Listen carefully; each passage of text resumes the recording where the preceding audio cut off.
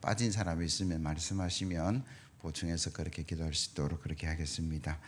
오늘 디모데전서 1장 3절에서 11절 오직 하나님의 말씀으로 한번 따라합시다. 오직 하나님의 말씀으로. 뒤에 보면 제가 왜 비웠느냐면 오직 하나님의 말씀으로 삽시다. 오직 하나님의 말씀으로 회복합시다. 오직 하나님의 말씀으로 일어섭시다. 여러분, 하나님의 말씀으로 살아가는 저와 여러분들이 되어야 될 줄로 믿습니다. 혹여 어려움이 있다면 말씀으로 일어서기를 기원합니다. 말씀으로 회복되기를 바랍니다. 그래서 우리가 하나님 말씀으로 일어서고 달려가고 회복되고 하나님 은혜 가운데 나아가는 저와 여러분들의 삶이 되어야 될 줄로 믿습니다. 시대를 막론하고 사람들을 막론하고 그게 로마 시대였던 조선 시대였던 실패라는 것을 늘 있었어요. 질병이라는 것이 늘 있었습니다. 실수라는 게 늘 있었어요. 그러면서 그 실수와 실패와 어려운 가운데 모든 사람들의 소망이 뭐냐 하면 내가 회복되기를, 내가 다시 한 번 더 일어서기를, 나에게 한 번만 더 기회를 준다면 내가 정말 멋진 인생을 한번 살아보리라. 물론 질병에서 끝나고 실패해서 끝난 사람도 있지만 대부분이 그런 소망을 이루고 간 사람이 참 많아요. 그 중에 한 사람이 저고 그 중에 여러분들도 아마 속해 있을 거예요. 성경에 보니까 예수님을 만나서 질병을 고쳤습니다. 그 사람들이 기회를 얻은 거예요. 세리와 창녀들이 세상에 미움을 받고 버림을 받았는데 주님이 그들의 친구가 되어 주셨다. 새로운 기회를 얻은 거죠. 그래서 오늘 예배하는 저와 여러분들이 어떤 어려움이 있든 없든 새로운 기회를 얻는 그런 복된 성도 되기를 예수 그리스도의 이름으로 기원합니다. 성령이 임재하시고 우리의 마음을 사로잡아서 다시 한 번 더 걸어가는, 달려가는 저와 여러분들이 되어야 될 줄로 믿습니다. 가장 대표적인 사람이 히스기야라는 사람이었어요. 병들어 죽는다라는 이사야의 소리를 듣고 그는 면벽, 하나님의 성전을 향해서 벽을 향해서 기도합니다. 하나님, 저를 긍휼히 여겨주십시오. 하나님, 저를 불쌍히 여겨주십시오. 그 마음이 하나님께 상달되어서 이사야가 그 성을 떠나기 전에 하나님의 음성이 다시 들려. 야, 돌아가라. 내가 히스기야를 살릴 것이다. 여러분, 새로운 기회를 얻은 거예요. 15년이라는 생명을 연장받았어요. 얼마나 기쁜 일인지. 그런데 성경을 자세히 읽어보면 참 안타까운 게 히스기야가 15년 생명을 연장받고 하나님께서 그렇게 연장해 주신 목적을 이루었는가? 하나님의 은혜 속에 살았는가? 그건 아니다라고 성경은 기록해요. 역대하 32장 24절 이하의 말씀, 그때 히스기야가 병들어 죽게 되었으므로 여호와께 기도하매 여호와께서 그에게 대답하시고 또 이적을 보이셨으나 히스기야가 마음이 교만하여 그 받은 은혜를 보답하지 아니하므로 진노가 그와 유다와 예루살렘에 내리게 되었더니.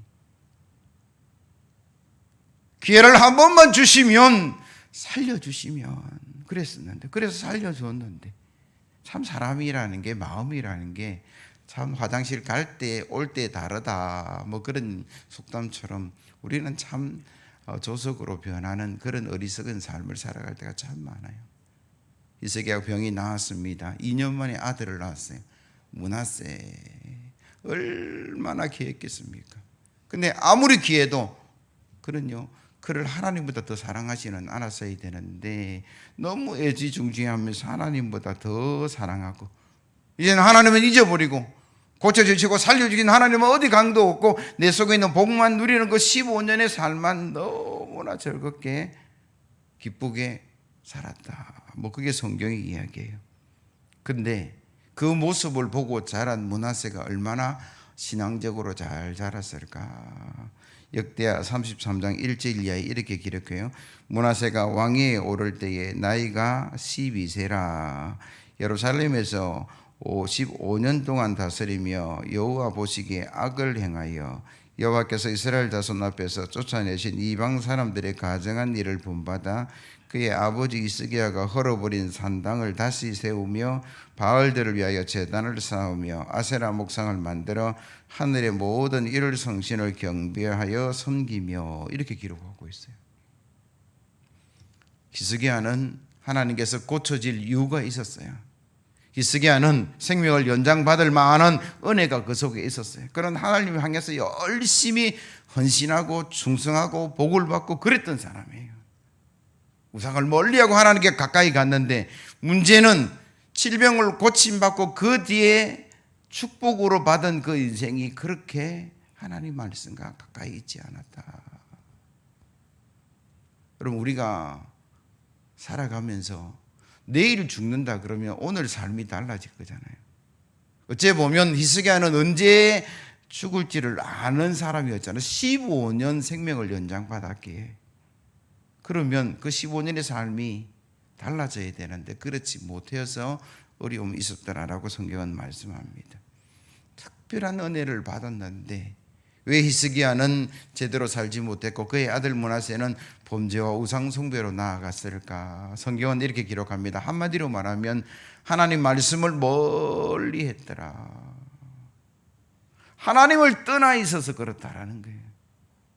하나님 가까이 있어야 되는데, 신앙의 본질로 돌아가자라고 외쳤던 그 종교개혁자들의 5가지 슬로건이 첫 번째가 오직 성경이라는 겁니다. 오직 성경, 오직 은혜, 오직 믿음, 오직 예수 그리스도, 오직 하나님의 영광. 그 첫 번째가 오직 성경이었어요. 왜? 중세 교회가 하나님 말씀과 사람들의 전통과 생각들을 동등하게 놓았어요. 교황 무오설이라는 게 뭐냐면, 교황은 오류가 없다라는 얘기예요. 무오하다라는 거예요. 사람이 어떻게 오류가 없을 수 있어요? 근데 캐톨릭의 주장은 그거였어요. 하나님은 점점점 사라지고 사람의 말과 전통들은 지켜지고, 그래서 중세교회가 암흑기로 흘러갈 때 종교개혁자들은 아닙니다. 하나님의 말씀으로 돌아가야 됩니다. 하나님의 말씀이 사라지고 하나님의 말씀이 없는 그 교회, 그 신앙, 그 기독교는 진짜 기독교가 아니에요. 이 시대가 교회가 회복이 되고 믿음이 회복이 되고 우리가 원하는 정치, 경제, 사회, 문화 모든 전반의 회복의 첫 단추가 뭐냐면 하나님의 말씀으로 돌아가는 그것인 줄로 믿습니다. 하나님 말씀이 없어서 망하는 거예요. 하나님의 말씀을 버리고 사람을 선택하고 하나님 말씀을 버리고 세상의 논리, 윤리를 선택하니까 이 땅에 더 큰 어려움들이 있는 거예요. 그래서 오늘 예배하는 저와 여러분들이 오직 말씀으로 승리하기를 예수 그리스도의 이름으로 기원합니다. 오늘 본문의 말씀에 보면 바울이 에베소에 있는 디모데에게 편지하기를 교회 안에 하나님 말씀 외에 다른 교훈이 자리 잡지 않도록 애쓰고 노력하라. 그렇게 이야기해요. 3절 4절 말씀이 그 말씀이에요. 내가 마게도냐로 갈 때에 너를 권하여 에베소에 머물라 한 것은 어떤 사람들을 명하여 다른 교훈을 가르치지 말며 신하와 끝없는 족보에 몰두하지 말게 하려 함이라. 이런 것은 믿음 안에 있는 하나님의 경륜을 이룸보다 도리어 변론을 내는 것이라. 아멘. 당시 에베소에 있는 이단이라고 말하는 거예요. 하나님의 헬라 철학과 하나님의 복음이 혼합되어서 영지주의라는 게 생겼어요. 유다이즘이 거기서 활동을 했어요. 여러분, 다른 게 아니에요. 복음의 철학이 더해져서 영지주의가 이단인데 비슷비슷해요. 여러분들 뭐 요즘 넷플릭스라는 곳에서 나는 신이다라는 아마 프로그램을 보신 분도 있고 안 보신 분도 계실 건데 거기에 나타나는 4명의 이단들이 나와요. 야, 기가 차구나. 우리가 몰랐던 게 저런 거구나. 그런데 그들이 하나님 말씀을 외치고 찬송을 부르고 안수기도를 하고, 다른 게 뭐냐? 여러분, 이단은 끝단자예요. 근데 달을 이자입니다. 끝이 다르더라고. 시작은 만민중앙교회, 그분이 얼마나 신유 연사가 있었던지 병든 자가 일어서고 그래 수많은 사람들이 몰려갔는데 나중에 내가 하나님이다 이렇게 이야기하는 거예요. 하나님의 은혜로 고쳐주었는데 자기가 하나님이 되는 거예요. 왜 사도 바울이 하나님이 교회 안에 오직 말씀이 기준을 잡아야 되냐라고 한 것은 그 시대에 거기에 수많은 비슷비슷한 하나님 말씀을 덧입혀서 나타내는 이단들이 있었고 이 시대도 마찬가지예요. 그 사람들이 목사라고 얘기해요. 하나님 말씀을 전하고 예배를 드리는데 결국은 내가 하나님이다. 여러분 호시탐탐 노리고 있는 수많은 사단의 세력을 막을 수 있는 유일한 방법은 뭐냐 그러면 하나님 말씀을 우리가 붙드는 거다. 저와 여러분들이 신앙생활 가운데 하나님 말씀이 기준되기를 예수 그리스도의 이름으로 기원합니다. 그래서 그러기 위해서 저와 목회자들이 하나님 말씀의 꼴을 열심히 준비하고 또 교회가 목회적 환경을 잘 만들어 가려고 애쓸 거예요. 다음 세대 교육을 위해서 우리가 건축이라는 것을 이야기하는 거예요. 출애굽기에 하나님께서 이스라엘 백성을 출애굽시켰습니다. 430년 노예의 삶을 살던 그들이 이제는 진짜 아브라함과 이삭과 야곱에게 허락한 젖과 꿀이 흐르는 가나안 땅으로 허락하시는데 여러분 직승거리는 일주일밖에 안 돼요. 그런데 하나님은 40년 동안 그들을 뺑뺑이 돌리셨어요. 이유가 뭐냐? 신명기 8장 2절에서 3절에 이렇게 기록해요. 내 하나님 여호와께서 이 40년 동안에 내게 광야길을 걷게 하신 것을 기억하라. 이는 너를 낮추시며 너를 시험하사 내 마음이 어떠한지 그 명령을 지키는지 지키지 않는지 알려 하심이라. 너를 낮추시며 너를 줄이게 하신 또 너도 알지 못하며 내 조상들도 알지 못하던 만나를 내게 먹이신 것은 사람이 떡으로만 사는 것이 아니요 하나님의 입에서 나오는 모든 말씀으로 사는 줄을 내가 알게 하려 하심이니라. 아멘. 사람이 떡으로만 사는 것이 아니라 하나님의 말씀으로 산다는 말이 이 말씀이에요. 이 말씀이 사단을 물리치게 했다라고 성경은 기록하고 있죠. 왜 하나님은 광야로 이스라엘을 인도해 가셨을까? 하나님이 선택하시고 하나님께서 축복하시고 하나님의 선민이라고 말하는 그 이스라엘을 일주일에만 가면 되는데 광야의 길을 허락하셨느냐? 이런 광야가 어떤 곳이냐 그러면 사막이에요. 모래바람밖에 없어요. 애굽에서 즐겨 먹었던 고기도 없고 과일도 없고 때로는 물이 없어서 그래서 오직 광야에서는 뭐만 바라봐야 되느냐? 하나님의 불기둥과 구름기둥만 바라볼 수밖에 없는 환경적인 그곳이 광야였는데 그러나 광야력에서 부족함이 없었다라고 성경은 기록합니다. 하나님께서 매일매일 만나와 메추라기를 공급하시고 반석에서 물이 나오게 하셨다. 하나님만 바라보고 그의 말씀의 기준으로 살아가려고 할 때에 하나님께서 허락하시는 놀라운 은혜가 그 속에 있다. 그렇게 광야는 이야기하는 거죠. 우리가 광야 같은 세상이라고 이야기합니다. 그렇기 때문에 저와 여러분들이 세상에 어떠한 좋은 것도 아니라 하나님 말씀이 저와 여러분들의 삶의 기준이 되어야 될 줄로 믿습니다. 하나님 말씀이 1번이고 그 다음이 2번, 3번 가셔야 돼요. 그래야 히스기야 같은 어려움을 당하지 않고 이스라엘의 그 축복의 역사가 우리 가운데 일어날 것이다. 그래서 오직 말씀으로 저와 여러분들이 전진하시고 일어나시고 회복되기를 예수 그리스도의 이름으로 기원합니다. 경청 쿠션이라는 책을 지었던 조신영이라는 분이 계세요. 저분인데 주옥 같은 이야기들 저도 읽고 참 메모도 하고 그랬었는데 하나님 말씀으로 우리가 어떻게 살아갈 수 있는가 5가지를 이야기합니다. 고결한 패러다임에 이르는 의식 개발하기. 저게 무슨 말이냐 그러면 우리가 늘 세상에 물들어 살아가요. 유치원만 들어가면 학교 교육을 받는데 공교육을 받는데 교육과 다른 부분들을 발견하게 되죠. 초등학교 가서 이거 배우고 중학교 가서 이거 배우면서 세상에 어떤 패러다임들이 생겨서 우리의 삶을 인도하는데 그게 맞는 것도 있지만 틀린 것도 참 많이 있습니다.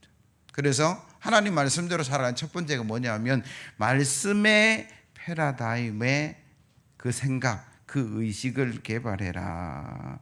여러분 한번 상상해 보십시오. 내가 하나님 말씀대로 복을 누리리라, 하나님께서 이렇게 역사해서 나를 고쳐주리라, 그렇게 생각하고 상상하고 나아가면 그게 현실이 될 줄로 믿습니다.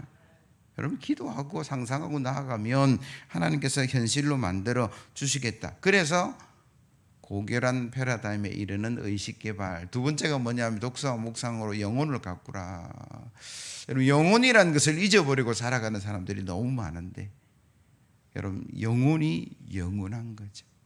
그래서 저와 여러분들이 하나님 말씀으로 세워지는, 그래서 마음의 밭을 가꾸어서 30배, 60배, 100배의 놀라운 결실이 있어야 될 줄로 믿습니다.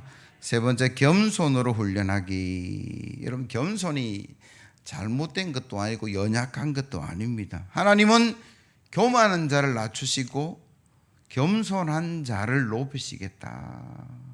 천국이 자기를 낮추는 어린아이와 같은 자가 들어가고 그곳에는 그들이 큰 자라, 그렇게 말씀하고 계세요. 그러니까 우리는 세상에서는 나름을 짓밟고 올라가서 내가 최고라, 그게 아니라 낮아지고 겸손해서 하나님이 높으시는 그런 축복의 역사가 일어나야 될 줄로 믿습니다. 부정적인 말을 하지 말라. 여러분 할 수 있다 하면 할 줄로 믿습니다. 못하겠다 그러면 못하는 거예요. 한번 따라합시다. 할 수 있습니다. 할 수 있어요. 왜? 하나님의 은혜를 부어주셔서 지금까지 우리가 왔고 앞으로도 똑같이 갈 수 있어요. 마지막으로 그는 이렇게 이야기합니다. 여유롭게 살아야 되는데, 생각해야 되는데 한 발 물러서서 삼자의 입장에서 그런 이야기를 해요. 이 모두가 뭘 이루기 위한 것인가? 저와 여러분들이 하나님 말씀이 기준되는 그런 복된 삶을 누리가는 그런 성도가 되어야 될 줄로 믿습니다. 내 생각과 내 사고와 내 언어와 내 모든 삶의 패턴이 어디로 가서 하나님 말씀이 기준이 되어서 저와 여러분들이 하늘의 신령한 복과 땅의 기름진 복을 누려가기를 예수 그리스도의 이름으로 기원합니다. 왜 그렇게 해야 되느냐라고 물으시면 오늘 5절에서 8절은 이렇게 이야기합니다. 하나님 말씀은 믿음에서 나오는 사랑이기 때문이다. 이 교훈의 목적은 청결한 마음과 선한 양심과 거짓이 없는 믿음에서 나오는 사랑이거늘 사람들이 이에서 벗어나 헛된 말에 빠져 율법의 선생이 되려 하나 자기가 말하는 것이나 자기가 확정하는 것도 깨닫지 못하도다. 그러나 율법은 사람이 그것을 적법하게만 쓰면 선한 것임을 우리가 아노라.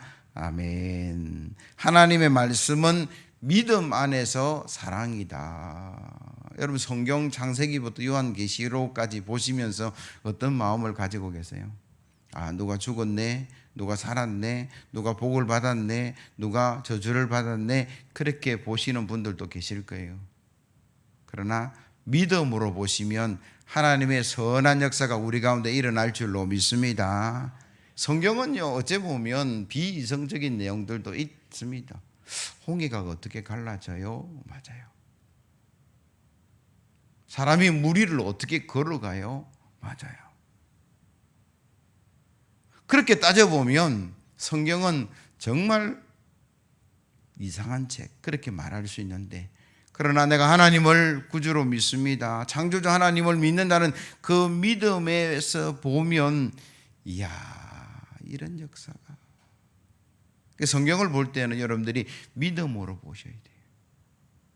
성경은 심판의 책도 아니고 저주의 책도 아니고 하나님 안에서, 믿음 안에서 볼 때 그 결과가 하나님의 긍휼과 사랑인 줄로 믿습니다.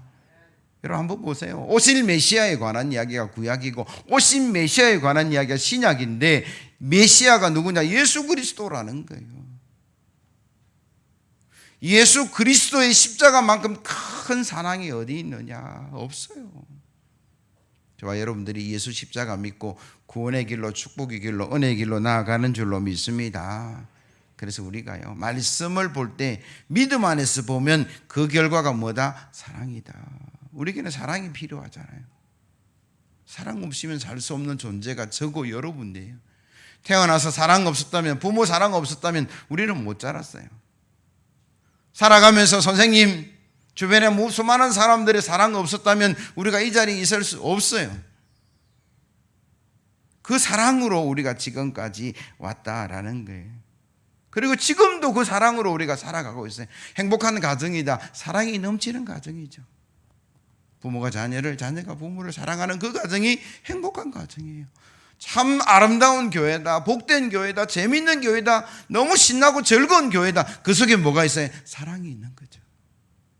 좀 부족함에도 사랑으로 덮어주고, 좀 어렵고 힘든 사람들을 위해서 기도해주고, 다음 세대를 위해서 기도해주고, 구원을 위해서 기도해주고, 이름을 부르고, 내 문제가 아님에도 불구하고 내가 시간을 내고 물질을 내고 정성을 들이는 것은 한마디로 사랑. 저와 여러분들이 이 땅에 설 수 있는 것도 하나님의 사랑으로 설 수 있는 거예요. 파우스트, 젊은 베르테르의 슬픔을 지었던 괴테가 사랑의 시가 있는데 한번 소개해 드릴게요. 우리는 어떻게 해서 태어났을까? 바로 사랑에서. 우리는 어떻게 멸망하게 될까? 사랑이 사라진다면. 우리는 무엇으로 자신을 극복할 수 있을까? 사랑을 통해서.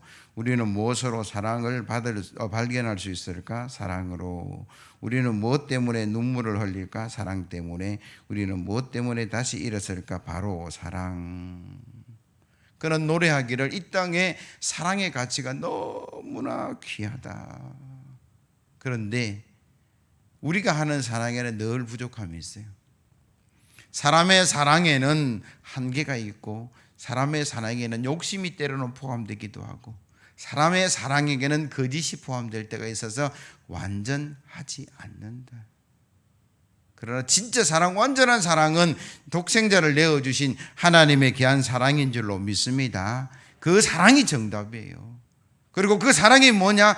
믿음 안에서 기록된 하나님의 말씀의 결과가 사랑이다. 그렇게 말씀하고 계시니까 저와 여러분들이 하나님 말씀 안에 이루어지는 놀라운 사랑을 경험하시고 그 사랑 따라가는 저와 여러분들이 되어야 될 줄로 믿습니다. 예수 사랑을 우리가 경험하셔야 돼요. 믿음이 있다는 게 뭐냐? 교회 간다는 게 뭐냐? 예수 믿는다라는 게 뭐냐면 하나님이 나를 이렇게 사랑하셨습니다. 아멘. 그걸 받아들이는 것이죠.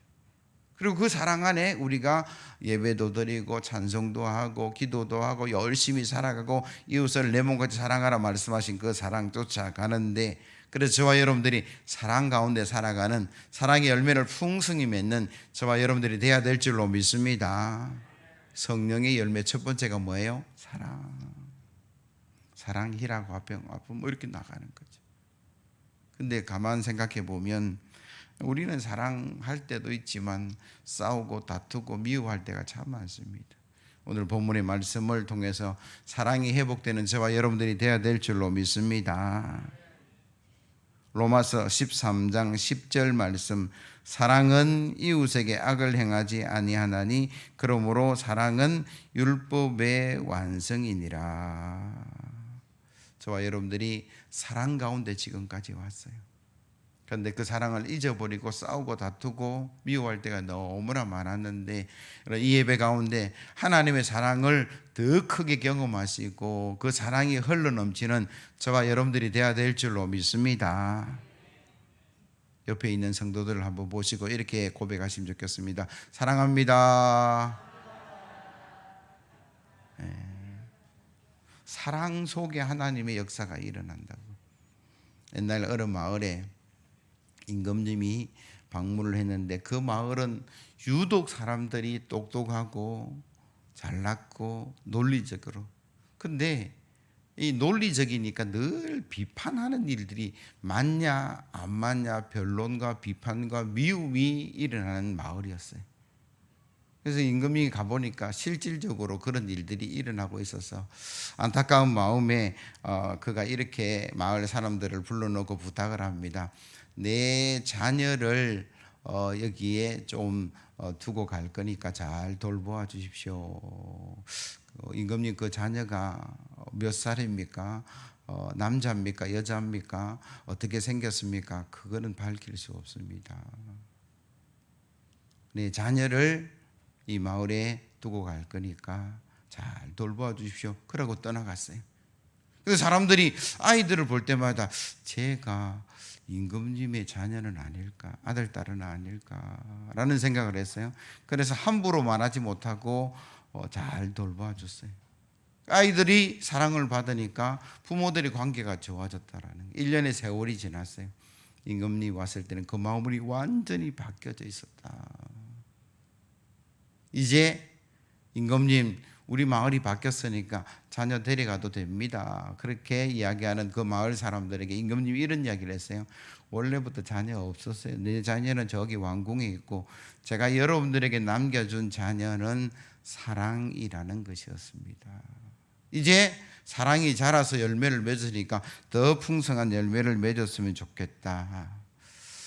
여러분, 사랑이 들어가면 변화되는 역사가 일어날 줄로 믿습니다. 사랑하지 못했다면 십자가의 그 사랑을 외치면서도 하나님의 그 사랑을 이야기하고 많은 사람들에게 우리가 드러내면서도 나는 그렇게 하지 못했다면 저와 여러분들이 이 사순절 기간에 하나님의 사랑을 경험하고 하나님의 사랑을 드러내는 그런 축복의 성도가 되어야 될 줄로 믿습니다. 세 번째로 하나님 말씀은 죄를 깨달아 회개하고 복음으로 돌아오게 합니다. 9절 이하의 말씀이에요. 알 것은 이것이니 율법은 옳은 사람을 위하여 세운 것이 아니요 오직 불법한 자와 복종하지 않은 자와 경건하지 아니한 자. 쭉에서 11절 보시면 이 교훈은 내게 맡으신 바 복되신 하나님의 영광의 복음을 따름이니라. 하나님의 말씀이 기준되는 삶을 샀으면 좋겠다라고 제가 말씀을 드렸고, 왜 그렇게 하나님 말씀이 기준이 되어야 됐냐면 하나님 말씀의 결과가 믿음 안에서 사랑으로 드러나기 때문에, 우리가 사랑하지 못하고 살았다면 이제는 말씀 안에서 복음 안에서 회개하고 회복되고 사랑에 귀한 성도가 되어야 될 줄로 믿습니다. 주님께서 왜 이 땅에 오셨을까?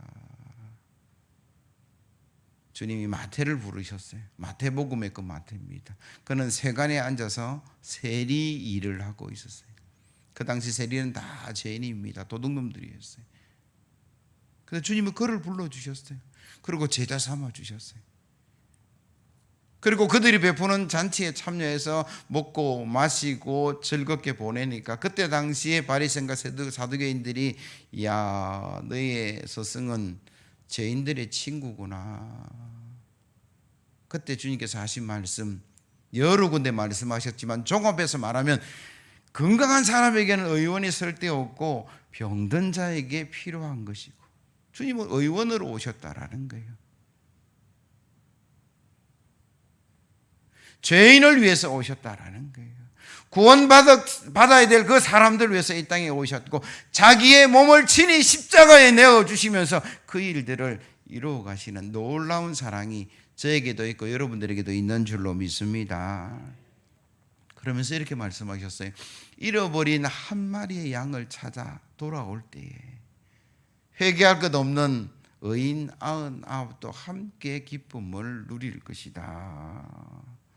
저와 여러분들이 그 영혼을 사랑할 수 있는, 내가 먼저 그 영혼을 사랑할 수 있는, 그래서 그 영혼이 돌아오면 우리도 기쁘고 하나님도 기뻐하는 놀라운 역사가 일어날 줄로 믿습니다.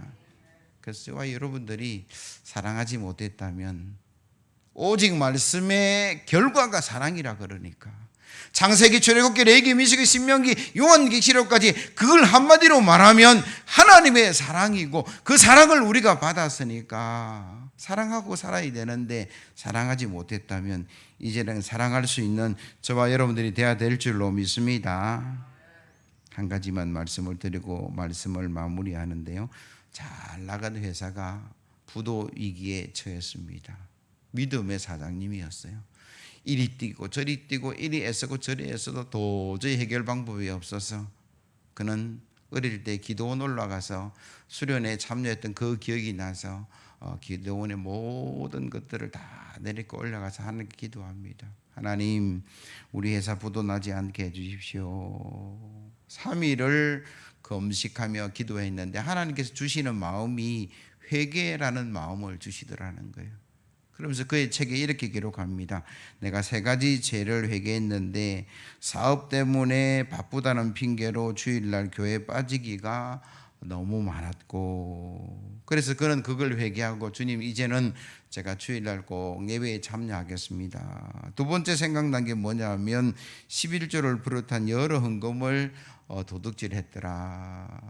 뭐 사업이 바쁘니 뭐 급하니까 급한데 돈을 쓰다 보니까 하나님 것은 이리 간 데도 없고 저리 간 데도 없어서 회개하고 이제는 제일 먼저 하나님께 11조를 드리겠습니다. 뭐 그런 약속을 했다라는 거예요. 그 세 번째는 기도를 씌웠던 죄를 그는 고백했습니다. 수십 년 만에 기도는 처음 올라온 거예요. 그 옛날 어릴 때 수련회 갔을 때 기도하고 전혀 기도하는 그런 시간을 갖지 않은 것을 회개했어요.